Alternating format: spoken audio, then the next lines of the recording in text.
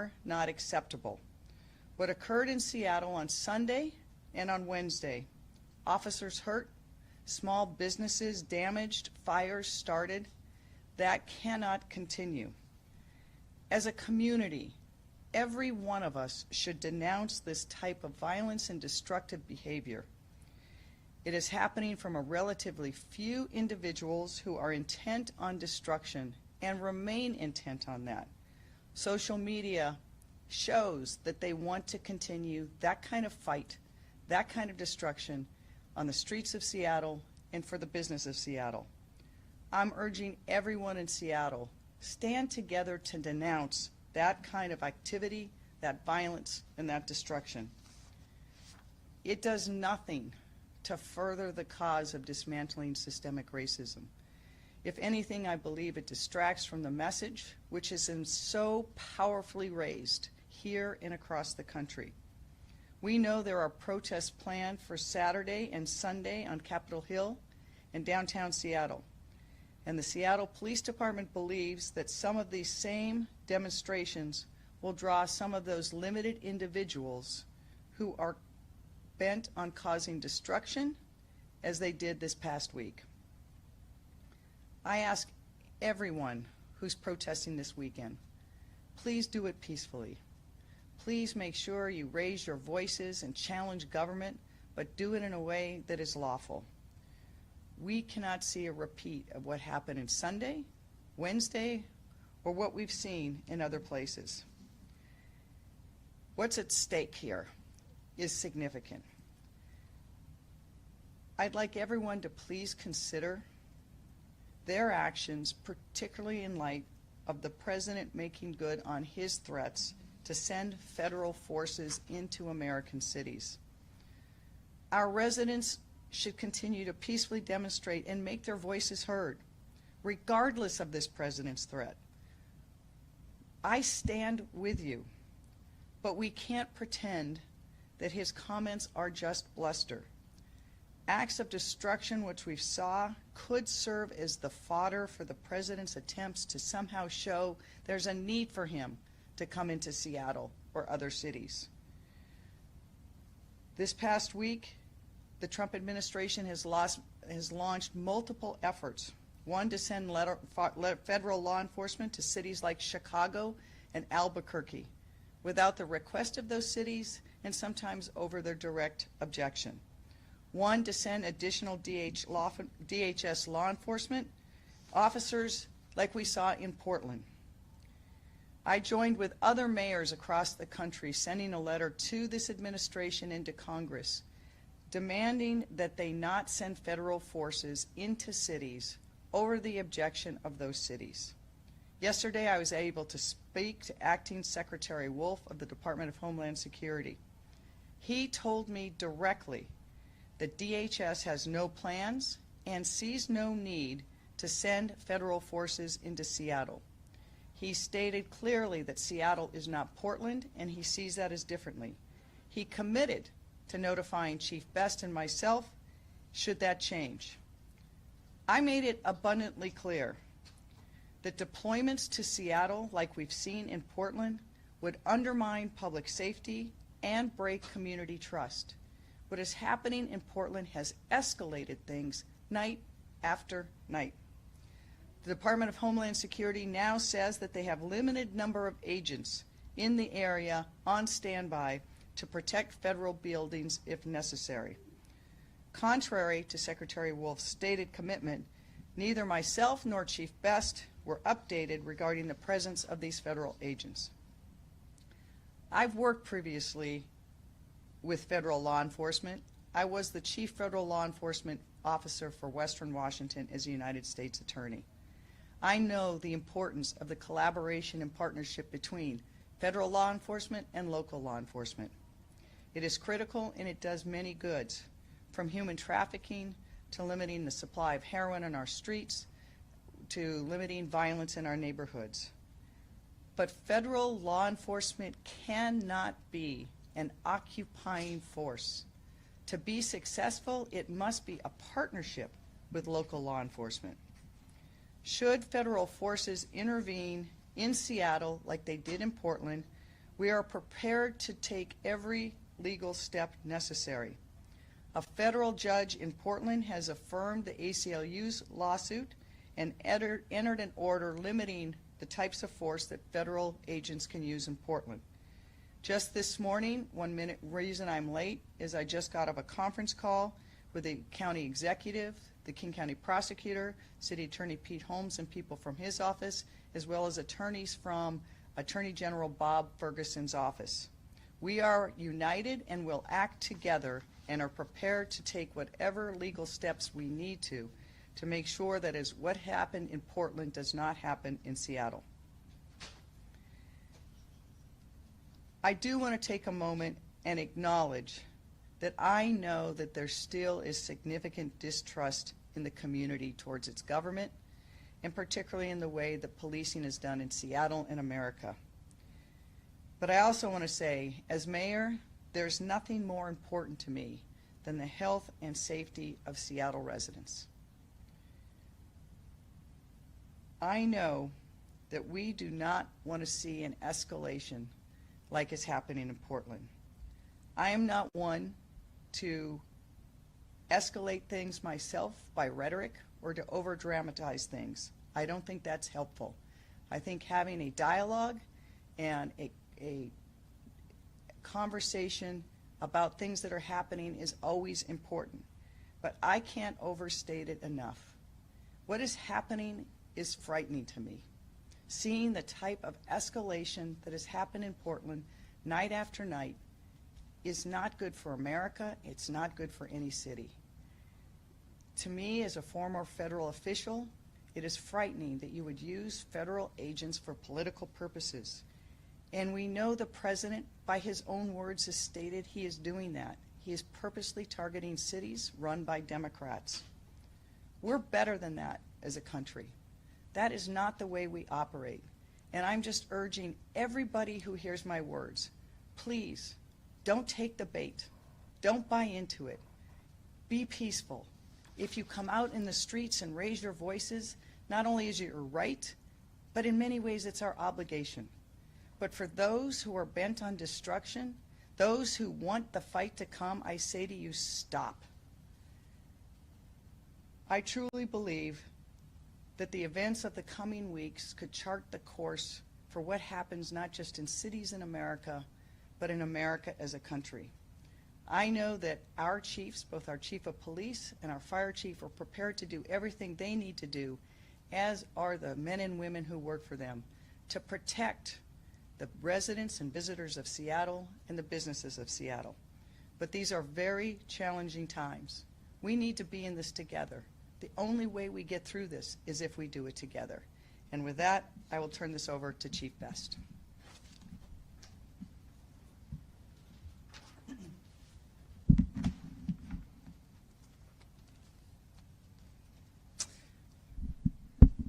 Good morning, everyone, and thank you for being here, and thank you, Mayor, for your words. We have experienced weeks of demonstrations in the streets of Seattle.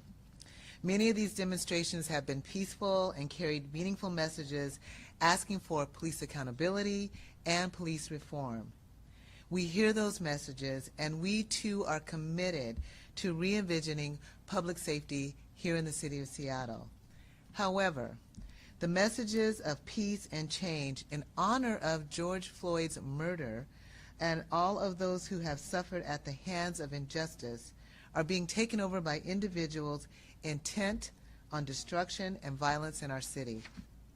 2 events within the last week have included wide-scale property damage, destruction, arson, attacks on police that injured about a dozen officers, some significantly. This week, we know that several events are planned across the city. These events are expected to attract many of the same violent individuals from recent days. And I assume they will continue their property destruction, their arson, their looting, and attempts to injure officers that are on duty.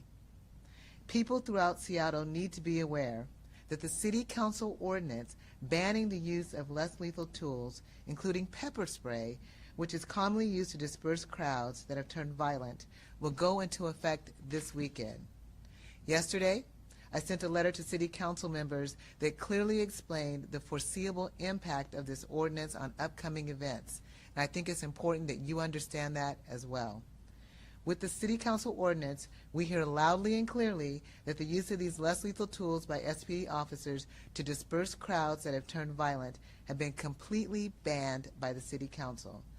And the police department will abide by this legislation. This week, some have asked why officers did not arrest individuals who participated in criminal activity. Our officers will always investigate crimes and will make arrests when suspects are identified. As the Council's legislation goes into effect this weekend, my hope is that it does not create more dangerous circumstances for our community and our officers should officers have to intervene and stop criminal activity. For these reasons, the Seattle Police Department will have an adjusted deployment in response to any demonstrations this weekend. The Council legislation gives officers no ability to safely intercede to preserve property in the midst of a large and violent crowd. Allowing this behavior deeply troubles me. It deeply troubles me. But I am duty-bound to follow the Council legislation once it is in effect. If the Council is prepared to suggest a different response or a different interpretation of the legislation, I stand ready to receive it. And let me be clear about this. We are not asking to use CS, also known as tear gas, at demonstrations, but we are asking for the ability to come with at least as many tools as we can to make sure that the public is safe. This weekend, because of this legislation, the entire police department, myself included, I'll be taking this pepper spray off of my belt and putting a riot stick on there because that's what we're left with doing. So that's what that legislation does for the city. I ask people of Seattle to do what they can to be safe, be peaceful, and help us keep the peace in our neighborhoods and in our city. I ask anyone planning on participating in the events to do so peacefully. We've experienced so much turmoil. We have experienced so much violence. And honestly, my heart is breaking for those that have been killed at the hands of injustice. My heart breaks for the young black men who have been killed in our city in the last several weeks. My heart breaks for the officers who were just trying to do their job and have had mortars thrown at them and have been injured in front of their precinct. And my heart breaks for the many businesses who will not be able to recover because of the pandemic and the continued property damage that they're receiving. Like yours, our hearts are looking for a way to heal. I have said many times that we are a part of the community and not apart from the community. When you hurt, we hurt. And we have to move toward reconciliation together and not divided by destruction and violence. And I ask all of you to partner with the Seattle Police Department as we work toward more equitable and more safe community efforts. Already, the mayor and I have met with community leaders in West Seattle.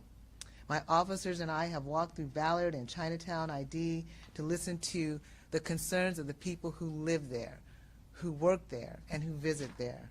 We will continue to engage the community through these walks, small meetings, and virtual meetings.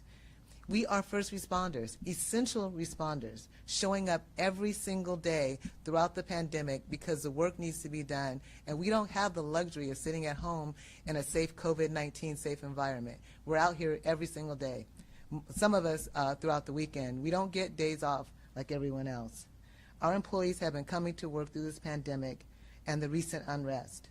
That work includes directly engaging the community. We are planning, we are working, and we are here listening to you. The Seattle Police Department is ready to work toward a future that is safe, that is equitable, that is fair, and we ask you to join us. Thank you.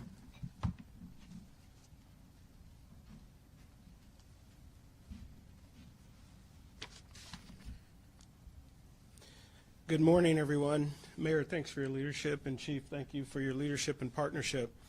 My name is Harold Scoggins, Fire Chief of the Seattle Fire Department. You know, once again, it's our goal to support people who want to go out and protest peacefully, and that's really important that people are able to express their First Amendment rights. But what we saw on Sunday and Wednesday night was really challenging for us as a community and us as a fire department. We saw a lot of damage and destruction, but we also saw fires being set. And for us, that becomes very concerning. And on Sunday and Wednesday, when we saw those fires being set, there's a few challenges that happened there. Seattle Police Department came in, cleared one of the scenes so we could actually go in and put the fire out. That's pretty significant when we have to have a police clear a scene so we can actually go in and put the fire out. We know really bad things happen when small fires become large fires. Many of you may have been watching the feeds out there, and you may have saw some of those fires being set. Many of you may have noticed that there were residential units over the businesses on the ground floor, over the ground floor. That becomes very concerning for us. Just over the last couple of weeks, we have had a number of fatality fires. Many of you may have seen the news last weekend at the Ravenna House fire, where we lost a life. Many of you may have seen on the news at the Aurora Hillside motel fire, where we transported 6 people to the hospital, 3 in critical condition, 2 has since passed. Many of you may have seen the news on the vehicle collision over in Magnolia that resulted in a fire and resulted in a person losing their life. So this is very real for us.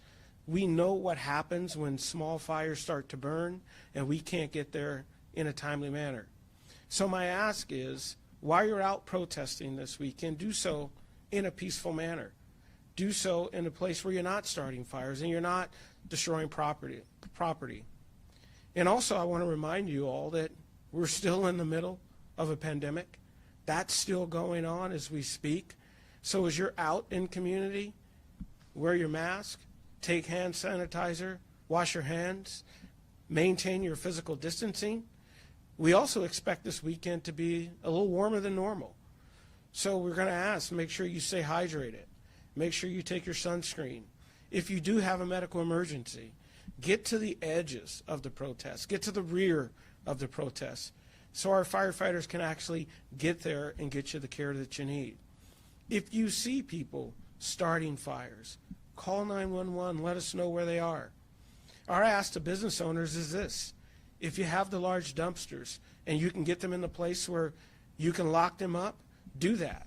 Some of the dumpsters on the bottom wheels, they have a hole in the wheel where you can actually put a lock on those wheels. Some of you may have seen the dumpsters in Capitol Hill spread across the street, blocking access and egress to our streets. So if you're a property owner or business owner, take the necessary steps to remove some of the things that could be a hazard, that could be burned. That's very important. Thank you.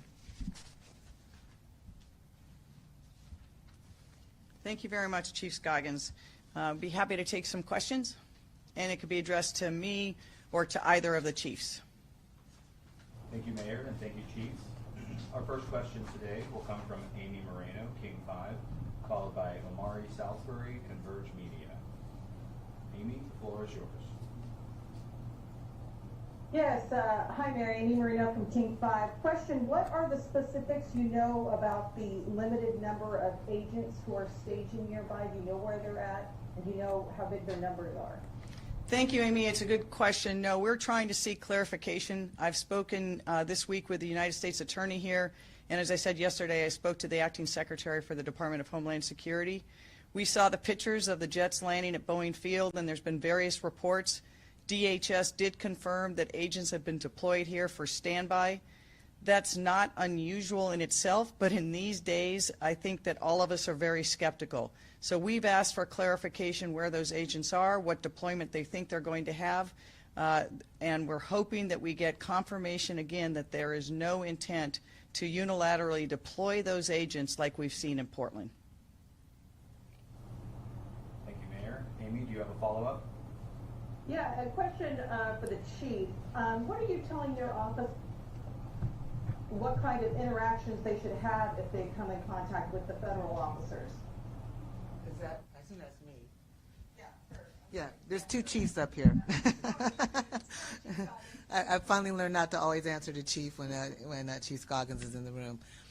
So, you know, we don't have any information. We have not asked for any federal assistance or the federal personnel to come into the city of Seattle. So there's been no direction on that point. We are not in any way collaborating or working with any federal agents and have no information about their intent or deployment in the city. Thank you, Chief. I'm going to just follow up on that real quickly. I just want to emphasize again how important that question was. As U.S. Attorney, every federal task force was under the direction of the U.S. Attorney here. And those task force, like our human trafficking task force, are only successful because of the collaboration between local law enforcement and federal law enforcement. It is really unprecedented for federal agents to be surged to a city without consultation with local law enforcement.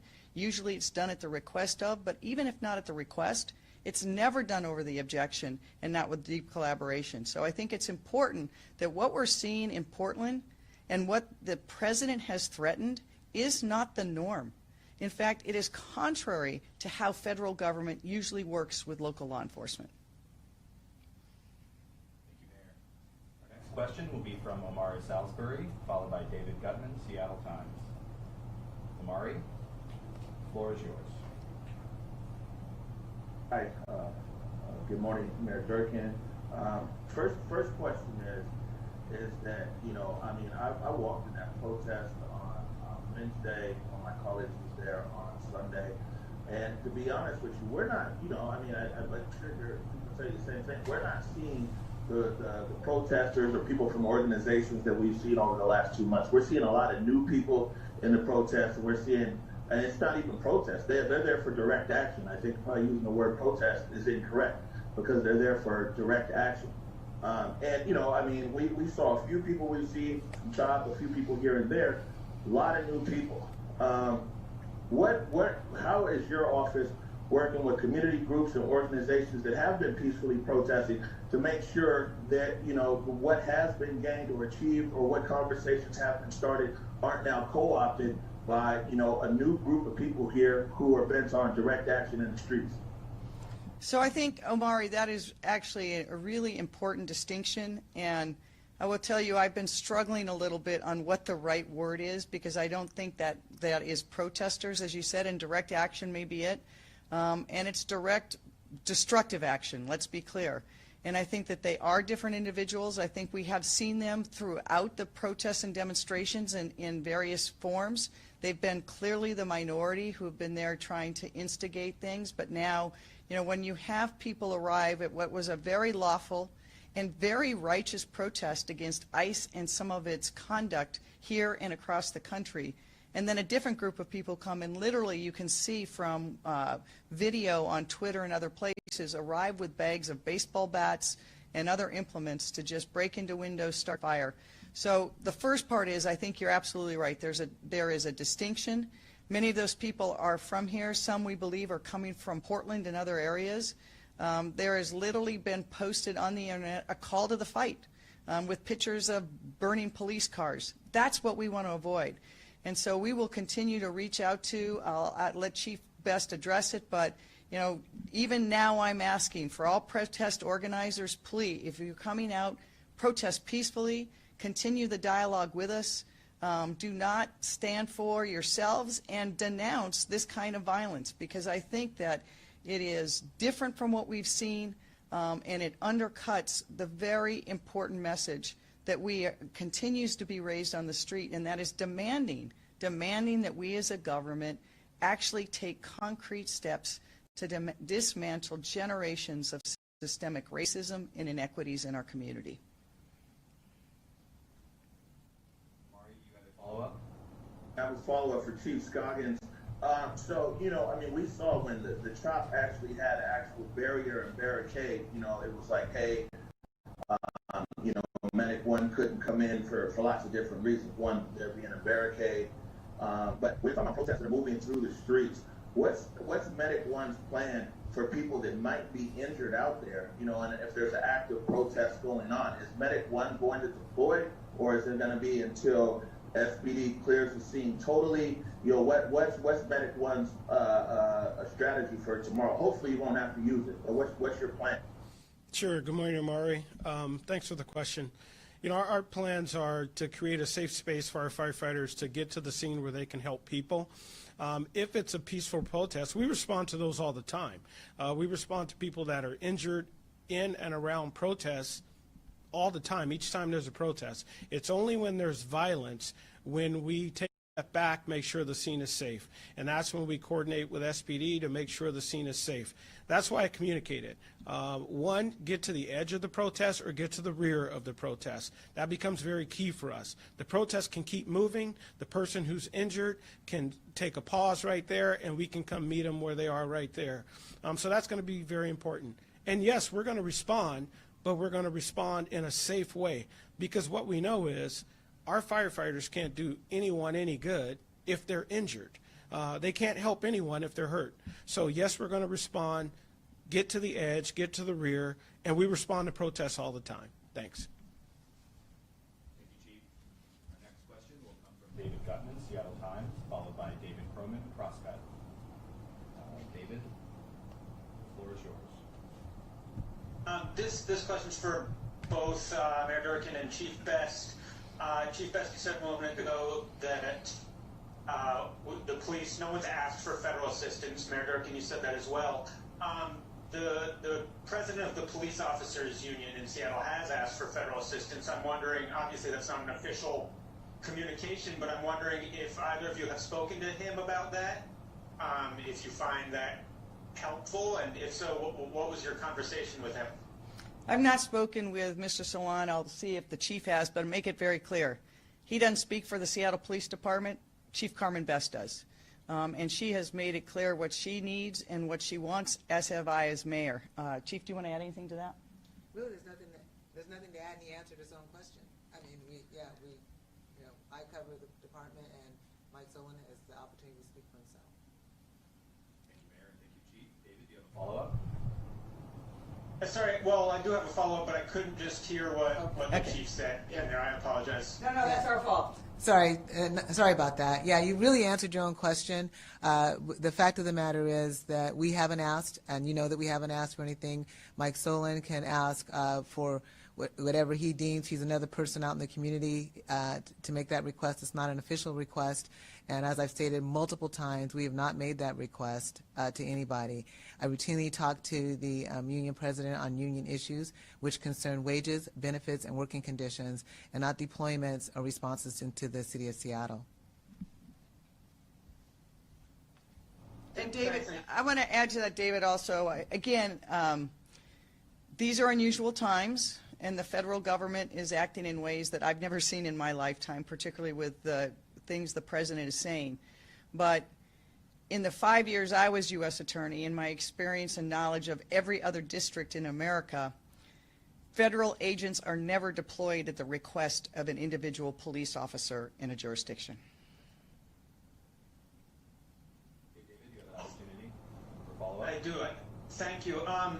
What is the purpose behind the wall that was constructed outside the West Precinct? Whose decision was that? How much did it cost, and what's the purpose? Thanks. That's a good question. We wanted to make sure that we had protection around our police facilities. This was a last-minute request, and so we were looking for fencing. There wasn't the fencing that we needed available. They will be changing that out when it is available for a much less large structure that we have there.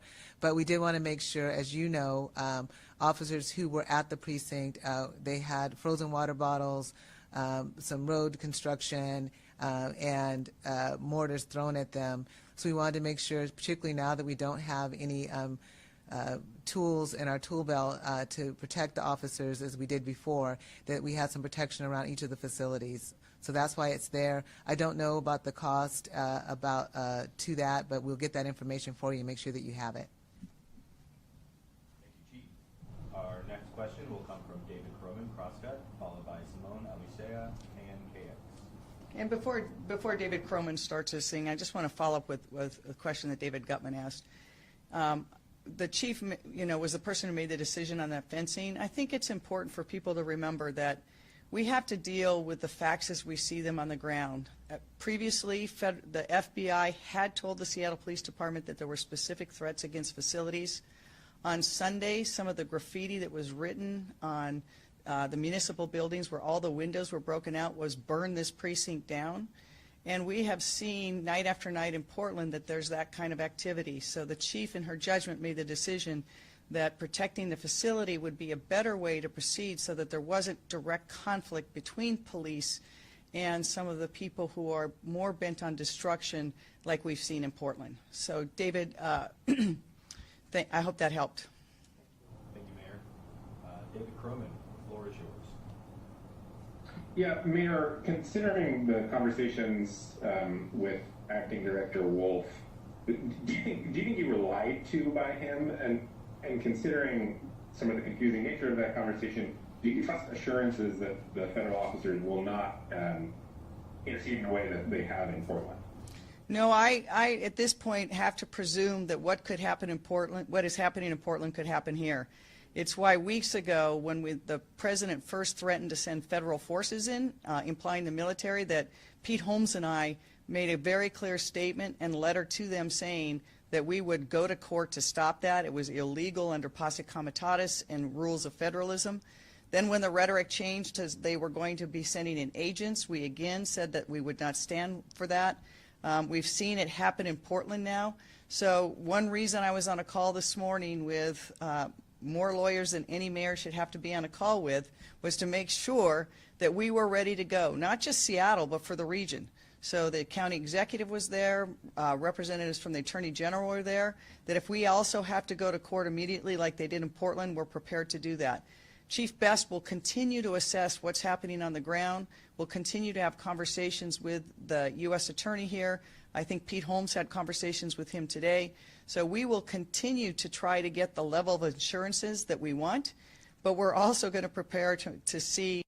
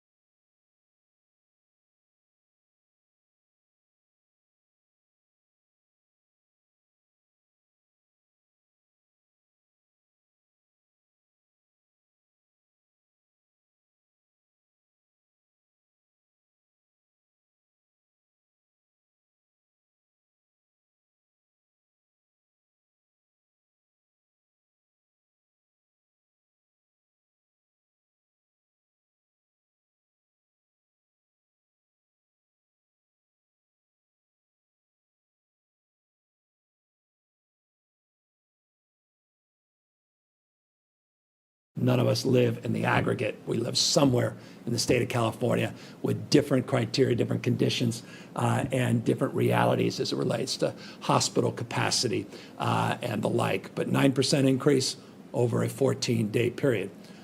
You'll see total system capacity still in that 9% of all the hospital beds. It's been relatively steady, 8%, 9%. It was 9% in Monday's presentation, still 9% in terms of total hospital capacity today, Friday. As it relates to ICUs, similar trend as it relates to the rate of increase. While things are increasing, a couple weeks back it was 20% over a 2-week period, then it was 12%. I think on Monday that I announced 11% is the 2-week emissions over a 14-day period in ICUs. And like hospitals, ICU capacity is distinctive in different parts of the state. And this is a point of particular focus for us as it relates to issues of ventilators, as it relates to some counties. We talked about Imperial County in the past, but parts of San Joaquin Valley, now Stanislaus, and other parts of the state, the ICU question becomes a more important and impactful one to answer and to address. Ventilators that are available still close to 12,000. Remember, ventilators, you see the ICU bed capacity. Remember what a ventilator does. At the end of the day, a ventilator, not easily, but with the incredible capacity we have in the hospital system and the surge plans, ventilators can turn to more access, more points of opportunity to increase the portfolio of beds that are available in our ICU system. There was some new reporting that came from the feds, or new criteria reporting. One of the most critical is the fact that health plans now have responsibility to pick positive for COVID-19. It's 23% today. It didn't grow from 17 to 23% per se. It's just we had to use different number. They wanted to pull out the NICU beds, not just the ICU beds. And so we want to make sure that we are aligning with the updated federal reporting. So that's a slide you're very familiar with, and the 23% represents that update as it relates to that critical care capacity. Here's the update. It relates to our critical focus and attention related to the monitoring list of those counties that have been on for at least 3 days. You'll see now we have 34 counties, Kern just went on, that are on for 3+ days. So this list, and we have a couple more that are likely to end up over the weekend, so it may be as high as 36, represents the vast majority of the population here in the state of California, well north of 90%. And so the modifications for 90% of the state of California have been very meaningful in terms of pushing outdoor activities and the like. And so these are the counties where we're providing more technical assistance, that we're monitoring with more laser acuity. Of course, we again monitor all 58 counties, but this is the list that we've highlighted. It's a list very important to parents like myself as it relates to the issue of reopening our schools. This is the list you want to be off of, not on, so that we can get back to in-person education sooner, not later. As always, I want to remind you the importance, the imperative of wearing masks, nothing more important as we move into a weekend. And I'll remind all of us that it's often the case, don't need to remind you perhaps, that weekends where we, certainly take off the suit and tie and may take down our guard a little bit, and that's where we have started to see some spread of this virus. And so I encourage you, just when you're mixing outside your household, if you have to do that, we encourage you not to do that. We're guiding you not to do that, but to wear the masks, physically distance, don't let down your guard. Let me just close by saying this, as it relates to letting down our guard. It's interesting.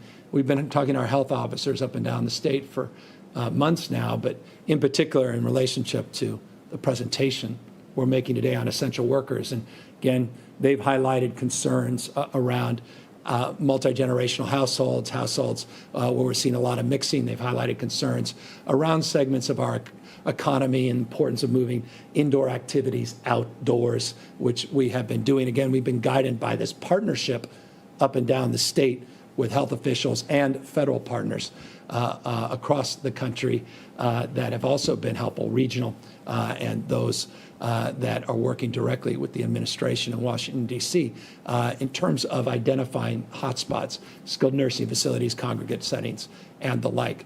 But what we heard over and over again is even with essential workers, what happens often is the case, workers may carpool with a mask on. They may show up and keep a mask on because the employer is holding folks to that expectation appropriately. But some may go into the break room and everybody's masks are off. And we've heard that example by multiple health officials in different parts of the state, which just reinforces how easy it is to forget that, you know, we could be 90% pure in terms of our efforts and intention, 100% in terms of our intention, but our efforts sometimes run 90%, which is impressive. But when it comes to this virus, it takes advantage of those moments. This virus takes advantage when we turn the other way or we just think, okay, I'm just going to make a quick exception here. That's when this virus is its most potent. So I just encourage people physically distance, wear their masks. You do both, and you stay out of large crowds. You are very likely to significantly reduce the spread of this virus, including your own capacity to get it. As always, can't forget washing hands, sanitation, which is foundational and fundamental as well to moving our efforts forward. So with that, happy to move this conversation forward and happy to answer any questions from reporters that I know are assembled online. Marissa Perlman, CBS 13. Governor, how are you? With counties like Stanislaus and San Joaquin County in a healthcare crisis, San Joaquin County seeing 138% over bed capacity, struggling with staffing. Can you clarify why none of these counties are tapping into your health corps? You know, you've been saying there are 35,000 health corps members ready to be deployed to assist with this crisis, but we've learned most aren't actually qualified to work in an ICU or have the license to respond. So can you clarify how many healthcare clinicians are ready and able to be deployed to hospitals right now? Yeah, I have the exact number, and forgive me, I'm going to make sure that our team sends it to you.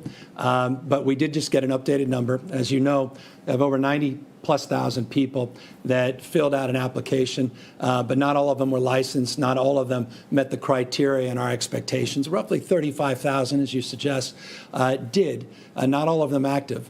We currently, and this I do know, 18 different cohorts have been supported, segments of our economy, skilled nursing facilities, hospitals, other settings, CDCR, in our prisons by our health corps teams. Hundreds and hundreds of people deployed as we speak. I'll get you the exact and updated number. We also, and I mentioned this a couple days ago, and forgive me that I don't recall the exact number, but we had we went back, we resurveyed those folks that are in our system, and we began to segment our needs with more acuity. So thousands of additional contacts were made, and people are now ready to be made available, and I'll provide you that number. But let me just say this in relationship. Health Corps is one component, and we're very proud of that process and very proud of the hundreds and hundreds of people that have been deployed throughout the state at critical junctures throughout this pandemic. And we certainly are doubling down on the efforts moving forward to work through the latest increase in the wave of this virus. But we also, and I hope you pick this up, we're also very lucky to have the support of 190 federal medical personnel that came in. They have been deployed this last week and the week prior through our partnership with HHS. We also have a lot of other federal teams that we've assembled and strike teams within our own system. You just recall the work we did down in Imperial. It's interesting, not everybody's talking about Imperial now. We still have a lot of work to do down there, but you'll recall on multiple occasions all the strike teams that we sent down, these multi-jurisdictional teams, federal partners, regional partners, state partners, as well as county partners.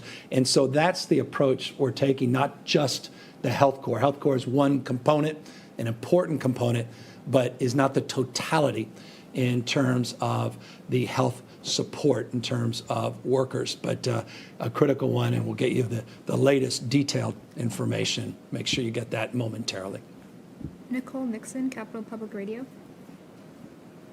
Hi, Governor. You acknowledged the other day that people are on the edge of a cliff and there's this looming eviction crisis with additional unemployment set to expire.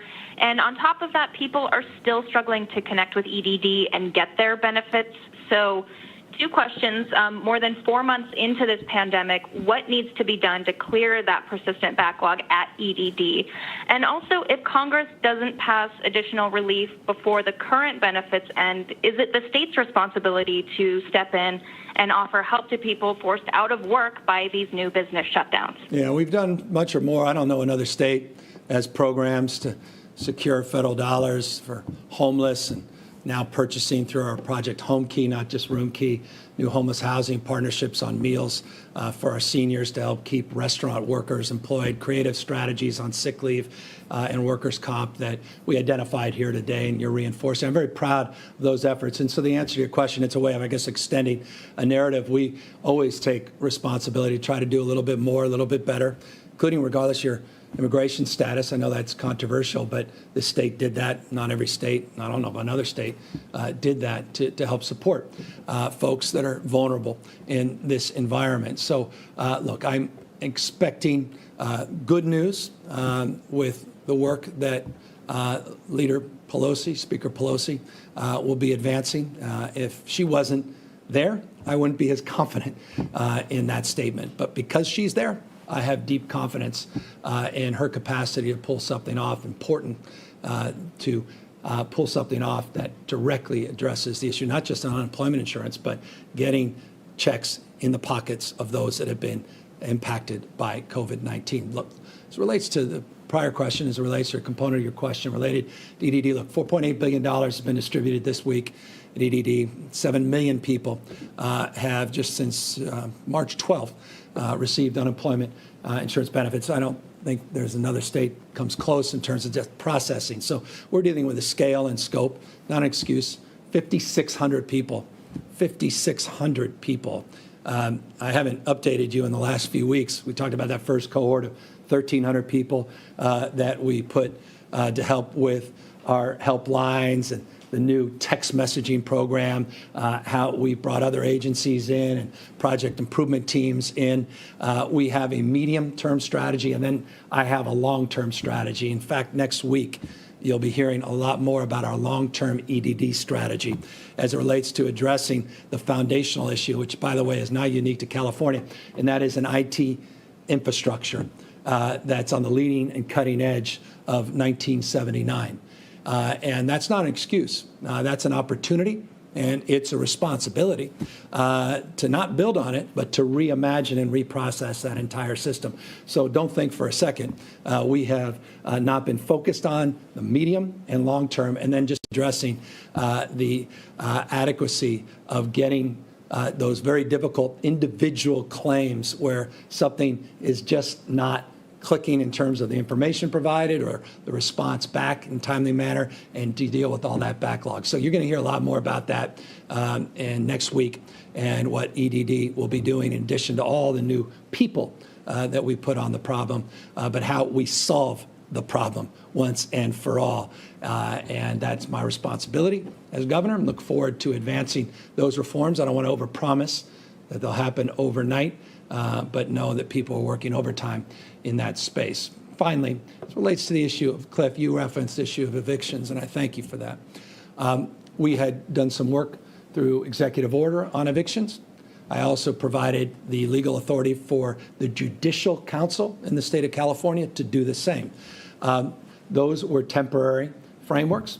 We are working with two legislative leaders, Caballero and Chu in particular, leadership in the Senate and the Assembly, and partnership, spirit of collaboration, and deep urgency to work on that issue. I made that point. There were a number of you that asked a question about that a few days ago. I'll just say it again, that we are working with the legislature and working with tenants groups and property owners, apartment owners, and the like, large and small owners, to see what we can do to strengthen our protections, because yes, we are concerned, as all of us should be, about a lot of these temporary fixes going the wayside, and our need to put together a further bridge, at least through the end of the year, perhaps longer, to work through this so that we can avoid the most significant impacts that this virus has had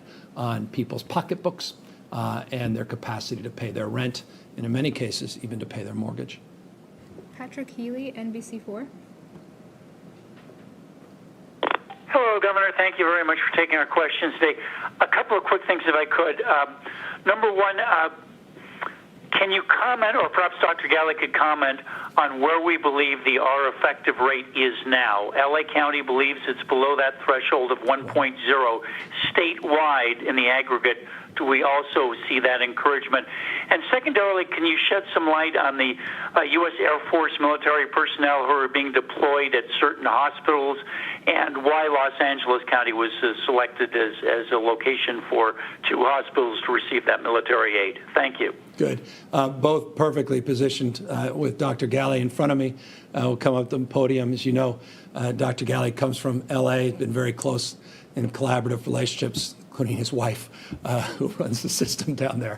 So better to have him answer that question. Let me just quickly say, as it relates to the R effective, we finally have seen it, and I appreciate you acknowledging L.A. County, finally in Imperial now, below 1 as well. I'm in peril of answering a question Dr. Galley's better positioned to answer. Let me bring him up to the mic.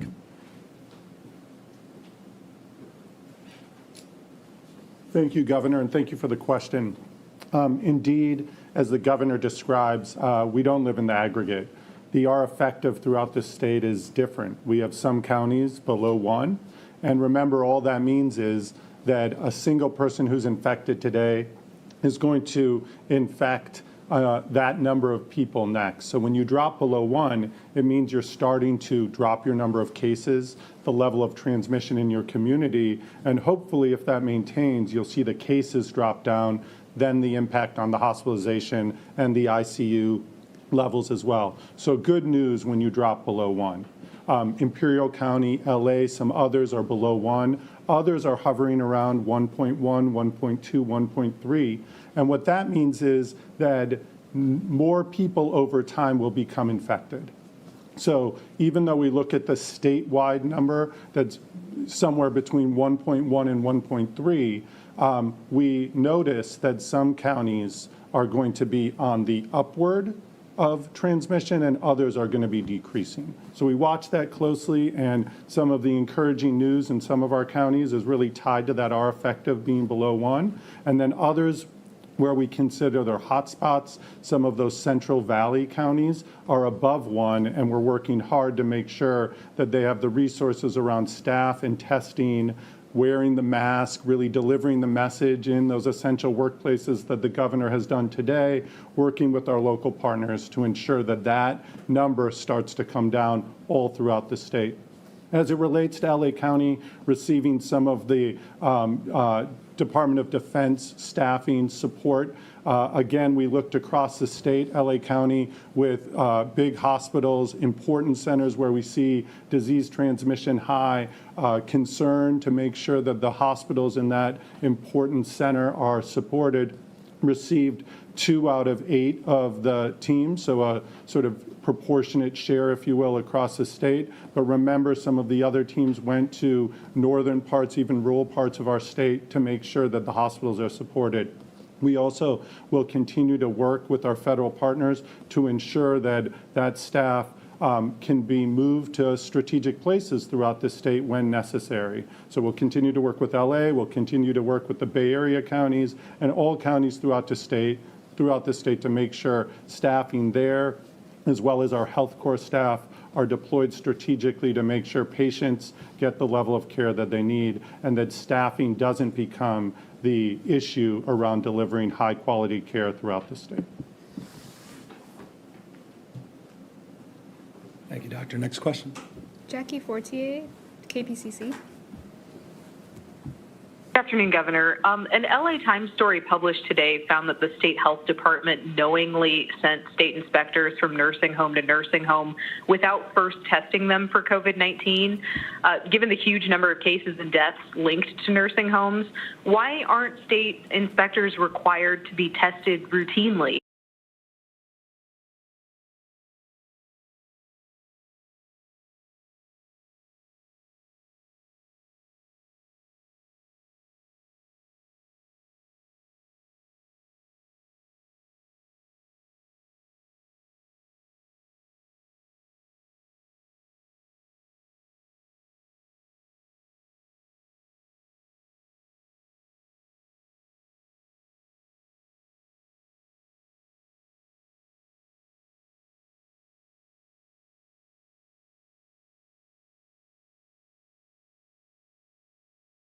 Take a little while, but it has to do with a thing called drug pricing.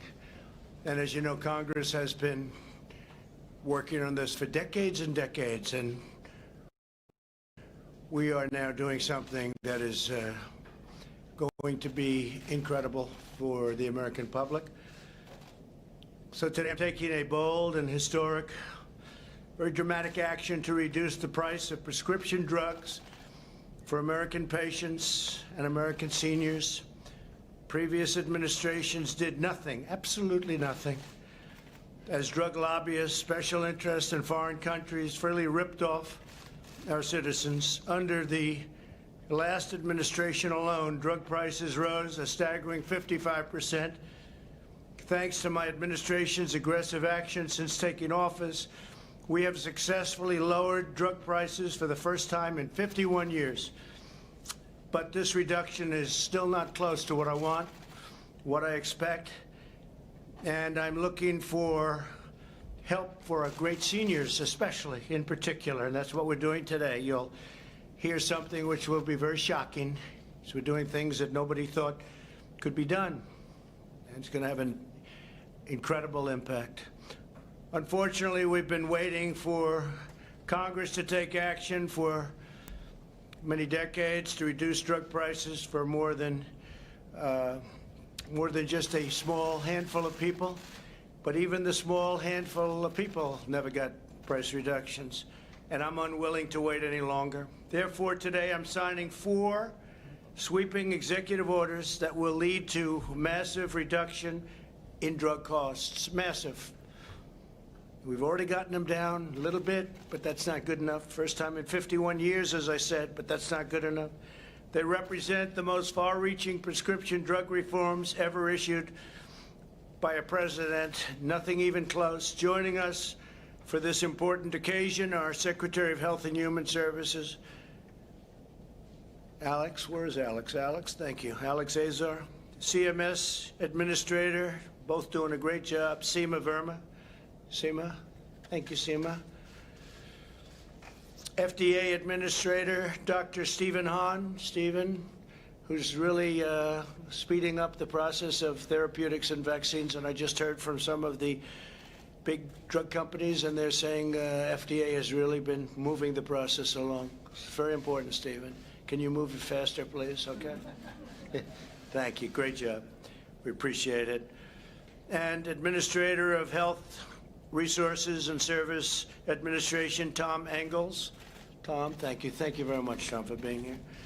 We're also pleased to have with us our great governor from the state of Florida. Incredible state, incredible guy. Governor Ron DeSantis. Thank you, Ron, very much. Appreciate it. And you're going to say a few words in the end. Good. Representative Matt Gaetz, our friend. Where is? Hi, Matt. You're so quiet back there today. I've never seen you like that. Thank you, Matt. Great job you're doing. Appreciate it very much. Speaker of the Florida House of Representatives, Jose Oliva. Jose, thank you, Jose. Very much. Good job. And many other state and local leaders. We have a lot of them. Thank you very much for being here. The 4 orders I'm signing today will completely restructure the prescription drug market in terms of pricing and everything else to make these medications affordable and accessible for all Americans. The first order will require federal community health centers to pass the giant discounts they receive from drug companies on insulin and EpiPens directly to their patients. You know, insulin became so expensive people weren't able to use it. They desperately needed it. We have it to a level that you're not going to believe. EpiPens, likewise. You've been reading horrible stories about EpiPens over the last 6-7 years. Horrible, horrible, horrible increases where they went from almost nothing to massive amounts of money. We're changing that right now. These providers should not be receiving discounts for themselves while charging their poorest patients massive full prices. Under this order, the price of insulin for affected patients will come down to just pennies a day from numbers that you weren't even able to think about. It's a massive cost savings.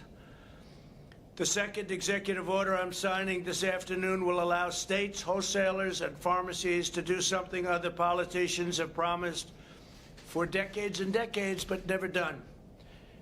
They never delivered. We will finally allow the safe and legal importation of prescription drugs from Canada and other countries where the price for the identical drug is incredibly lower. It's a difference like you wouldn't believe. 70%, 80%, 90%, 30%, but massively lower than the identical drug made in the same plant, the same factory, the same exact drug, same everything, same box, same pill, and yet it's 50, 60, 70% lower. And this is something that Ron and I have been discussing from the time Ron got elected, and I've been wanting to do it, and it takes a long time from a legal standpoint, and we've got it all worked out.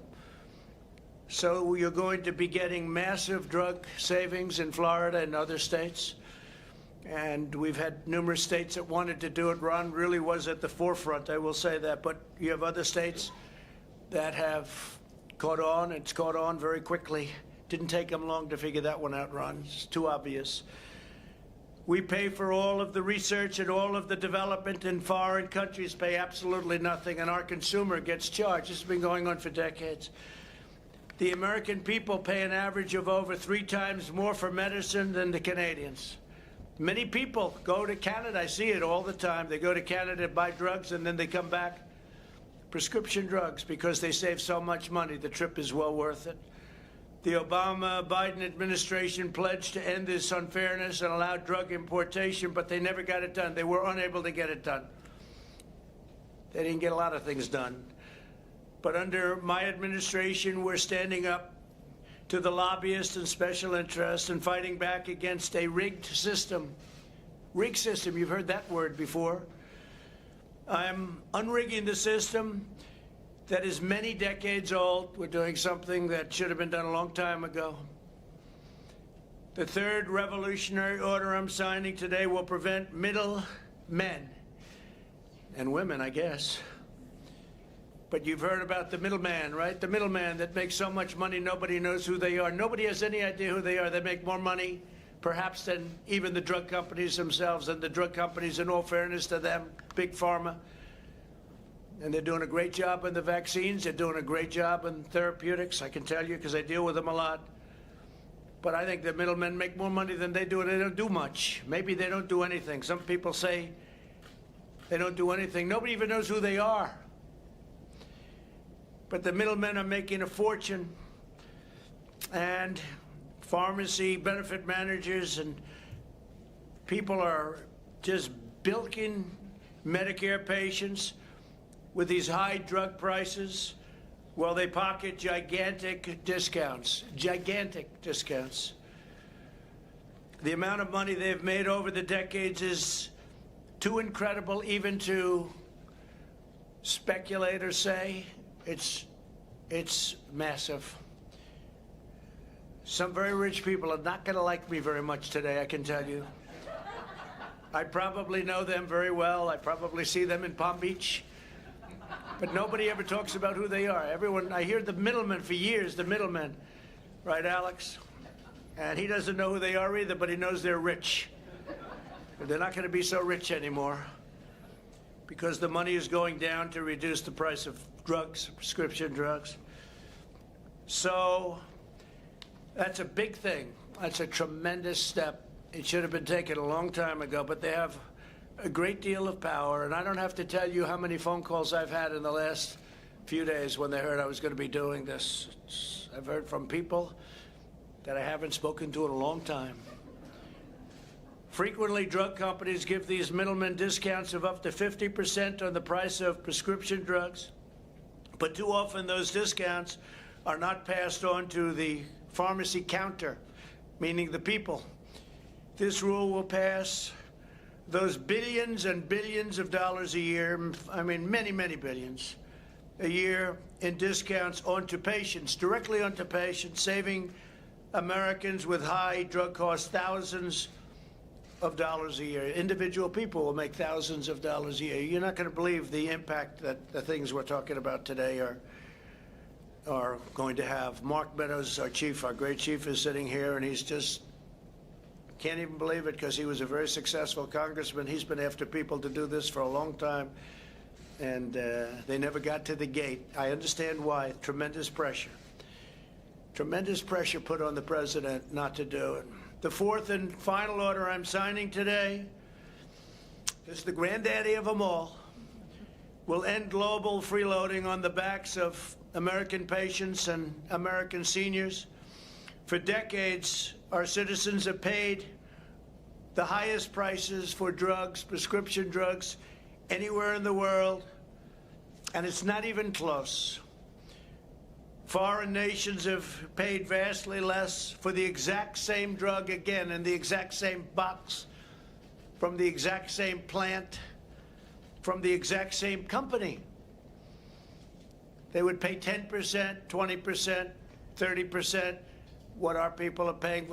A pill that would sell for $1 in certain countries. I won't name them. They're all allies, right? They call them allies. I call them so-called allies. But a pill that would cost $1 could be $7, $8 in our country. Same exact pill.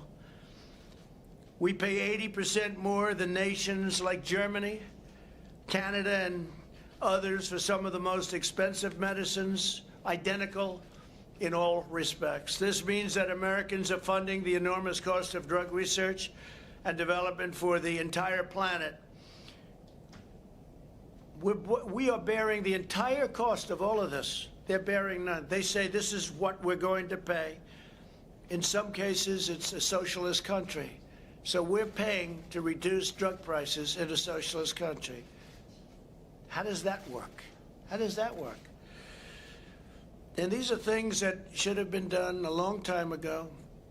And even from our standpoint, we would have done it more quickly, but we have to go through vast amounts of waiting periods, waiting times, and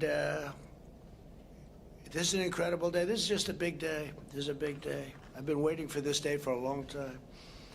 We incredibly and foolishly bear the full cost of all research and development, which is massive. In all fairness to the drug companies, it can take 15 years to get something approved, billions and billions of dollars for a simple drug. It also means that the U.S. taxpayers are effectively subsidizing the socialist healthcare systems of foreign welfare states and many other countries. We will end that abuse and restore the principles of free enterprise, but this doesn't even have to do with free enterprise. This has to do with common sense and courage, to be honest, and courage. Under this transformative order, Medicare will be required to purchase drugs at the same price as other countries pay. So we would pay 4 or 5 times more for a drug. We now pay, if somebody else pays $1 and we pay $5, we're paying $1. Now what's going to happen is their number will go up, our number will come very substantially down, and we'll all agree at 2.5 or 2 or whatever the final number is.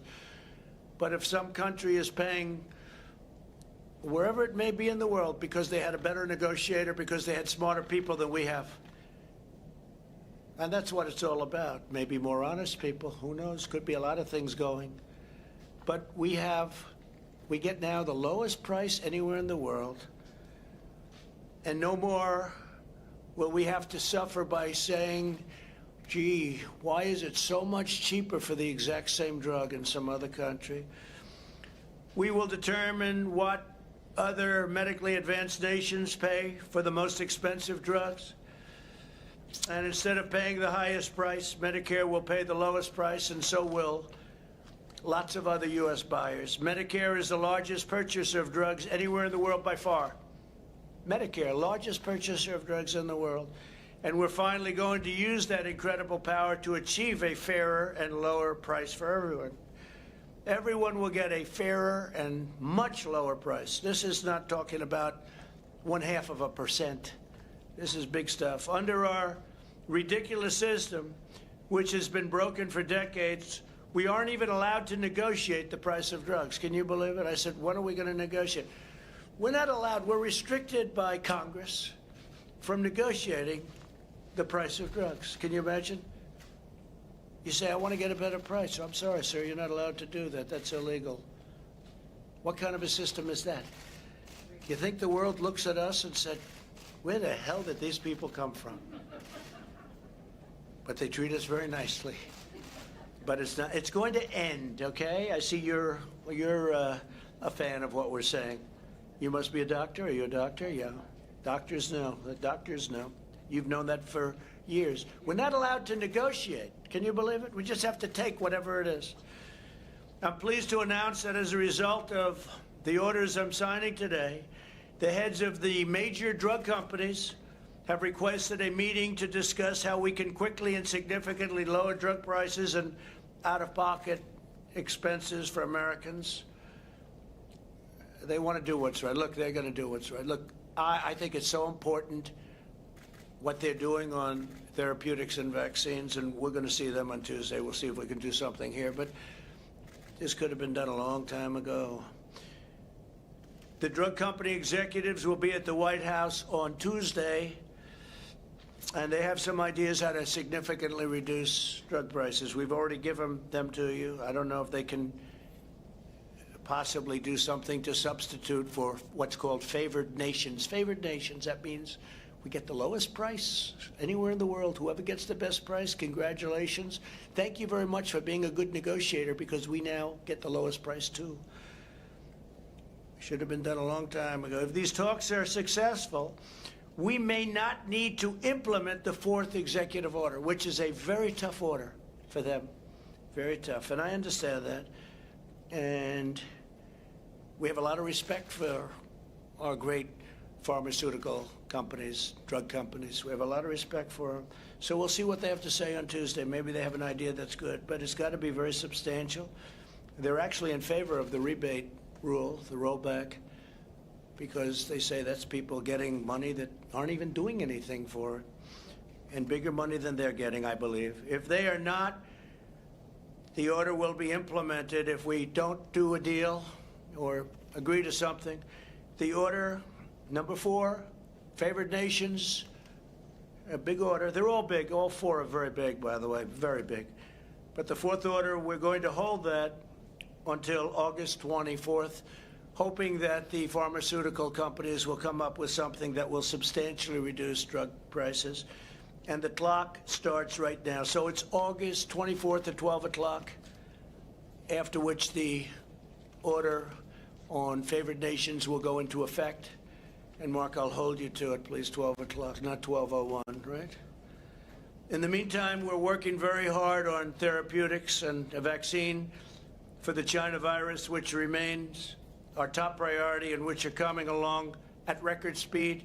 Thank you very much, Dr. Hahn. Been fantastic. You really have been fantastic. 2 vaccine candidates are entering the final stage of clinical trials this month, right? 2. And several more vaccines will enter final trials in the following weeks.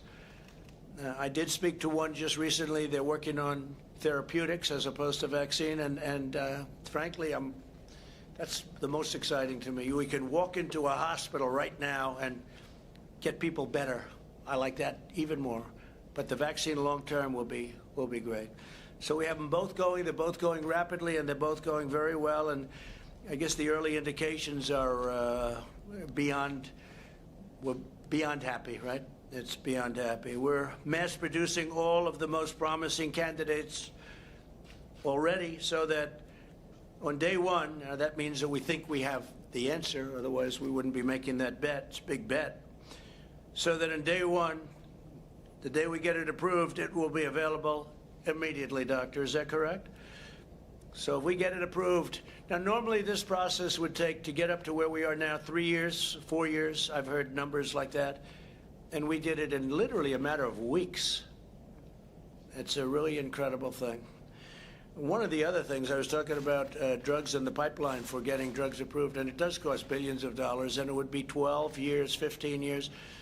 And under Dr. Hahn and Scott, before you, worked very hard, Scott Gottlieb, we've got that down to a number that's less than half, and we're going down further. We have to make sure it's safe. And Right to Try came out of this whole thing where we have a drug that we think is good. Matt Gaetz helped with this and getting it approved, and Mark when he was a congressman. But we had great help from certain people. But Right to Try is incredible. We have a drug that works, but it's got to go through this very long and very detailed process for purposes of safety and to make sure it's good. If somebody's terminally ill, very sick, person not going to make it, person very sick, we pass legislation, which they've been trying to get for 42 years. It's called Right to Try, where people sign a document that if it doesn't work out, they're not suing the drug company, they're not suing the insurance company, and they're not suing our country. And instead of traveling, if they have money, they travel to Asia, and they travel to Europe, they travel all over the world in the hopes of finding a cure. They're terminally ill.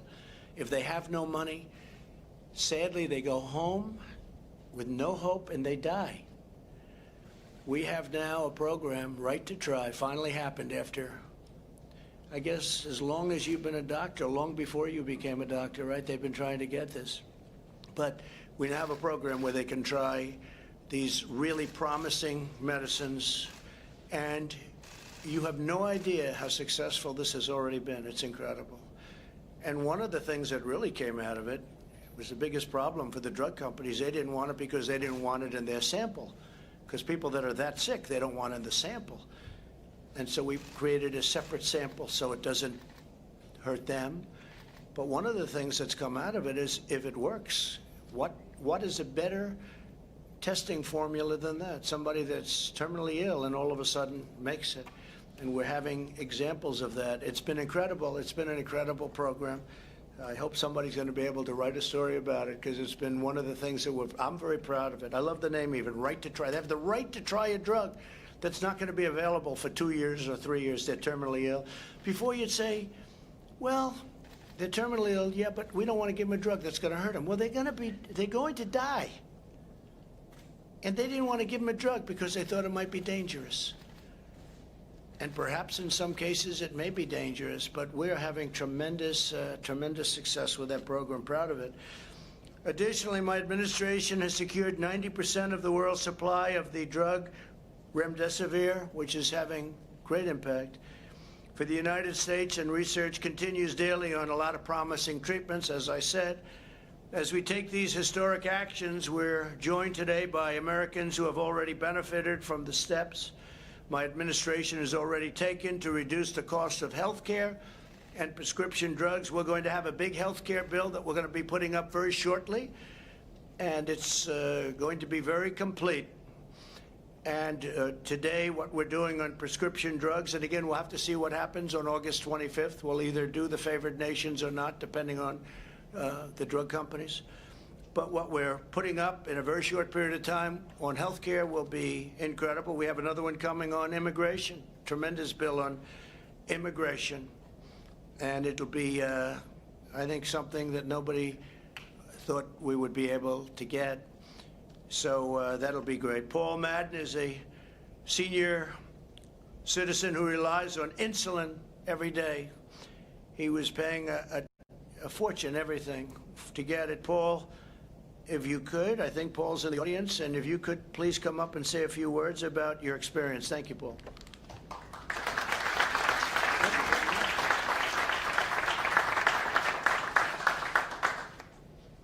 So you can hear me. That's better.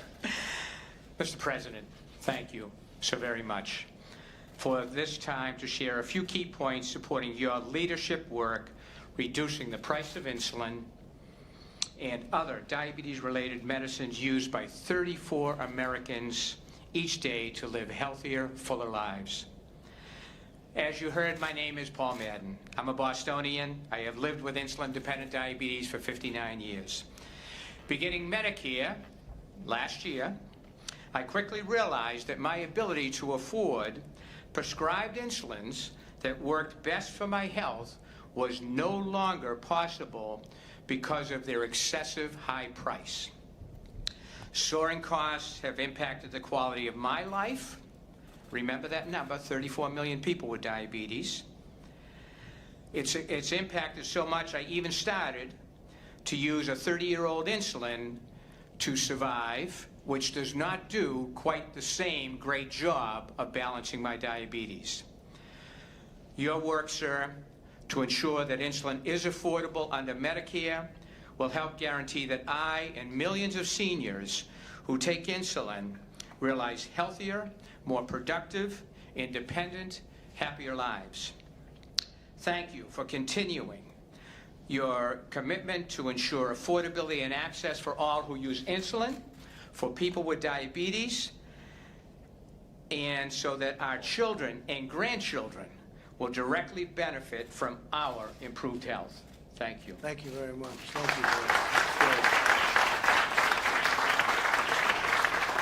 It's actually brought it from many, many, many dollars, unaffordable by most people, to pennies, literally pennies a month. And I want to thank Seema. You worked so hard on that one.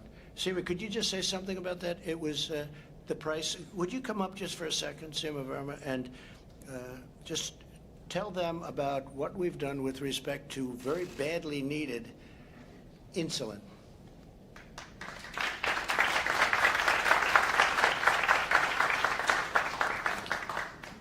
Well, the senior savings model that we developed under the President's leadership is going to reduce the cost of insulin to $35 a month for our seniors, and that represents a 66% savings.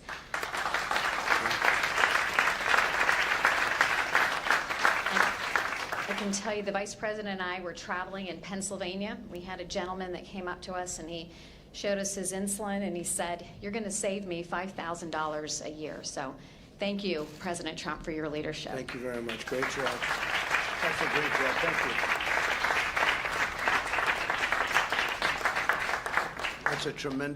That's a tremendous difference.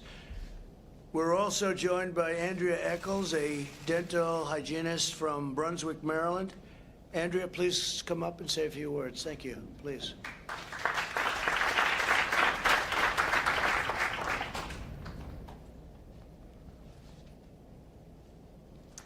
Thank you, Mr. President. Thank you very much. My name is Andrea Eccles, and I am a dental hygienist in Brunswick, Maryland. I was widowed when my husband died in a tragic auto accident, and my twin girls were 4 at the time. He held our family health insurance through his corporate job, and I suddenly found myself having to work full-time and put my children in full-time daycare, watch my budget very closely. This was a number of years ago, and at that time, my only choice for health care, I work in a very small dental office, and so my only choice for health care at that time was what I call the Unaffordable Care Act. And I was paying very high premiums and co-pays and way too much for prescription drugs. And interestingly, you referenced the EpiPen, and I had to purchase EpiPens and inhalers. And it got to the point actually where I couldn't even afford to renew the EpiPen. I think I still have a probably 15-year-old EpiPen at my house because they got to be $700. But in my case, this led. What did they start at? So it's 700. What did they start? The original EpiPen, I feel like it was like a $20 copay way back when I first got it. But then, as each year, it just kept going up to the. But I incidentally ended up with all of these increases in copays and everything over time. I ended up with over $15,000 medical debt, and I'm just a regular person. I don't have some ridiculously, major illnesses or anything. But during your presidency, President Trump, my premiums have decreased exponentially, and my coverage has increased. My copays have just about disappeared, or gone way down, and prescription drugs that I used to budget for myself are at $150 a month is now $15 a month. And because of you, I'm spending hundreds of dollars less a month. And this type of savings makes a really big difference for a single mother such as myself. So I just want to thank you so much from the bottom of my heart for all that you do and for all of your policies that are helping all of us Americans. Thank you very much. Thank you.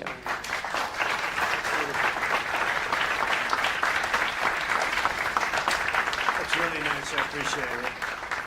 Some big difference. That's not a 1% or a 2%. That's big. That's big dollars. And I want to thank you both very much. Thank you very much. Today's actions continue my administration's relentless drive to deliver better health care at a lower cost. I signed an executive order to fight kidney disease. That was such a big thing. That was such a beautiful, important thing to do. With more transplants and better treatment, people with kidney disease go through hell. They go through hell. Their life is hell. And we've done a lot, and we're very proud of it. We've really seen some results that are incredible. We dramatically expanded the telehealth for all American patients and families, and telehealth in this pandemic era have been it's increased by, I would say, thousands. It was like 1,020%. Incredible. It's been up at a level that nobody's ever imagined, and it actually is very good. It's been something that has come out of the pandemic. One of the only good things that came out of it, frankly, is people are realizing how good that is. It really worked out well. We strongly defended Medicare and Social Security, and we'll always protect, and we have been protecting, and we'll always will protect Republicans, totally protect pre-existing conditions, very important. Nothing's going to happen to your pre-existing protections. We ended the gag clause that prevented pharmaceuticals and pharmacists from telling patients how to buy less expensive drugs. We had a clause that if you went up to a pharmacist, is this a correct statement? It's not even believable. You couldn't talk about price. If the man or woman behind the counter started talking about price, what happens? You take the license away? This is not even believable. So think of that. It prevented pharmacists from telling patients how to buy less expensive drugs. We have a less expensive drug that's just as good. I can't talk about it. They can't even say that. I wonder why. Can you imagine these things? We approved a record number of affordable, low-cost generics. We've increased generics more than any administration by many times. And many of the generics, I would say, from what I'm hearing, all of the generics, sometimes people want to see a label, but they say they're just as good as the others, except you pay a lot less money. We've increased them more than any administration, not even close. And we capped insulin costs that we just discussed for many Medicare recipients and for a lot of other people at just $35 a month, and it was many times that, as you've just heard. Right to Try, I talked about, so proud of it. Nothing matters more to me than the health and well-being of the American people. There's nothing more important to me. With today's actions, we're ending decades of sellouts, betrayals, and broken promises from Washington. You've had a lot of broken promises. I would say exclusively broken. You've had it. It's been uniform broken promises. We're putting patients over lobbyists, senior citizens before special interests, and we're putting America first. I'm putting America first. When you look at what we're doing with favored nations on the basis that it kicks in on August 25th, we'll see what they have to offer. But when you think about it, what are we doing? We're putting America first. When you hear other countries getting a much better deal on drug prices, there are people that have told me this is more important than health care. We're doing health care, but this is more important than anything, the price of drugs. They were getting slaughtered by drug prices. So thank you very much. I want to thank you all for being here. I'd like to ask, if I could, Alex to come up, please. Secretary Azar to say a few words, and then I'll sign an executive order. I'd also like to ask the governor of Florida, Ron, you're going to come up and say a few words, and we'll sign up, and you'll go out and buy those drugs and save 50 or 60% for the people of Florida, and other people will be joining you, and that's great. I want to let you will tell me how you do, and I'd work on it really fast, because now with all of the media back here, you're under extraordinary pressure, and you never have pressure. One thing I'll tell you about Ron, Matt will tell you, he handles pressure well. And you're doing a great job. Thank you very much. Please, Alex. Well, Mr. President, thank you so much for your leadership here. You charged all of us with 4 goals: ending foreign free riding, improving how our federal programs pay for drugs, lowering out-of-pockets for our citizens, and getting list prices down. And you did your drug pricing blueprint in May of 2018. Before then, every single year there were massive drug price increases, massive price inflation. Since your drug pricing blueprint, that level of inflation has stopped. And that was an incredible accomplishment. But you said that's not good enough. I want more, even more change for the American people. And today, you're delivering allowing importation. Presidents before you have promised over and over again to allow the safe importation of drugs from lower cost countries. You're the first president to deliver on it. You're going to have Governor DeSantis' program for states and tribes to import. You're going to have a personal importation program where individuals can get their drugs low cost from abroad. And you're going to have an insulin reimportation program so Americans can get their insulin reimported from Canada at lower prices. You're taking on the federal health centers. You're taking on the issue that they are getting radical discounts on insulin and EpiPens, and you're going to make sure low-income Americans get the benefit of those discounts.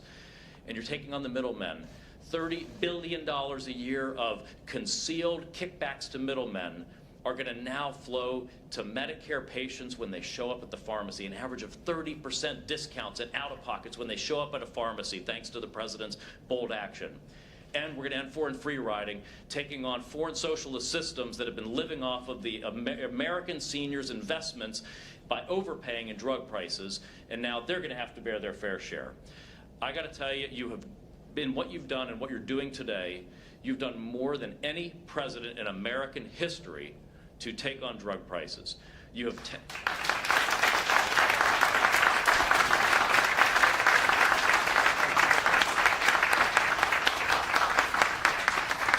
You're taking on the drug companies, you're taking on the middlemen, you're taking on the European socialists, all for the forgotten men and women of America who show up at a pharmacy counter. And for that, I am so proud of what you are doing today. Thank you, Mr. President. Thank you very much.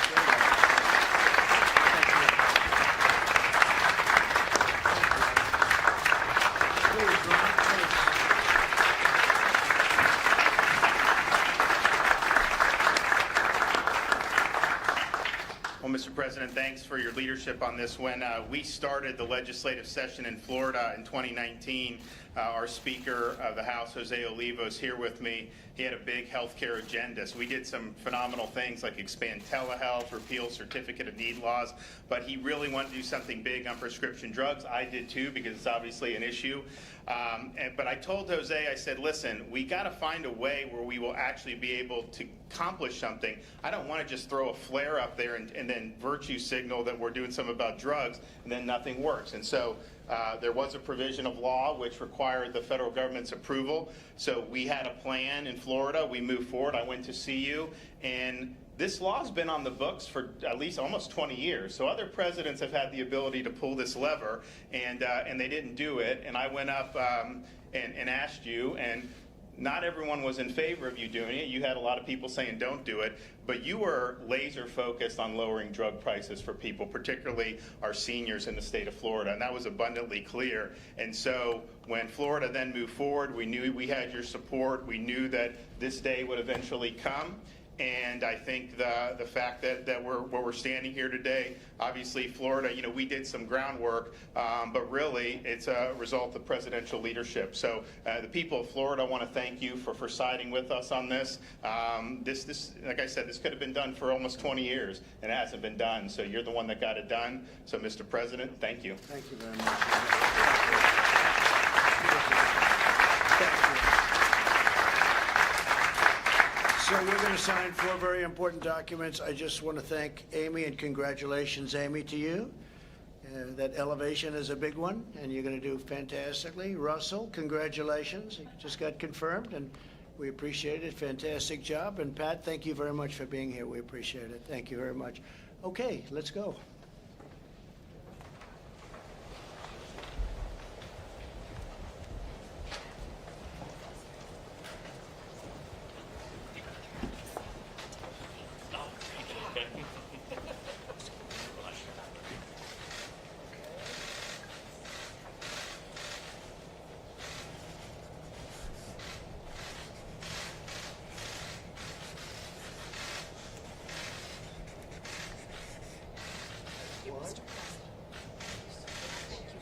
Access to affordable life-saving medication. Thank you all.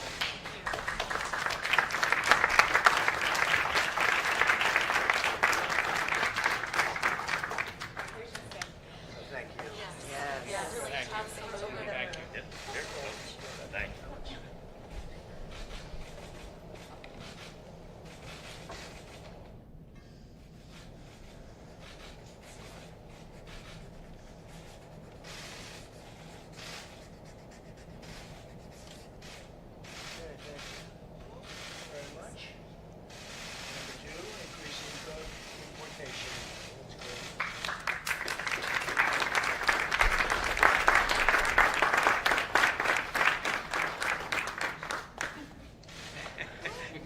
Let Ron have that. Where's Ron? Come on, Ron. Get up there. It's yours because it's what you have to do, right? Importation. Lowering prices for patients by eliminating kickbacks.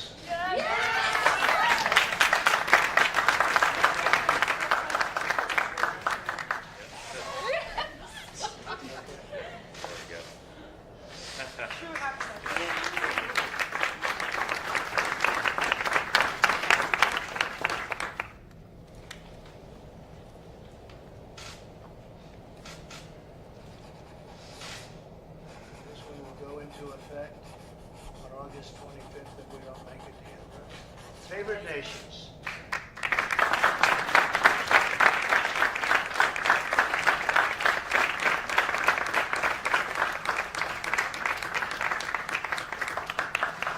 Thank you very much. Thank you, Mr. President. Mr. President. Okay, thank you. Here, Matt, take it. Thank you all. You got a good deal, huh? Thank you all very much. Thank you, sir. Thank you, sir. Thank you, Mr. President. Thank you all very much. Thank you.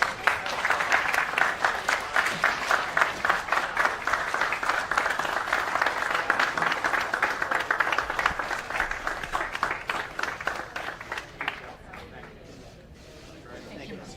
Good luck. Very much. My pediatric patients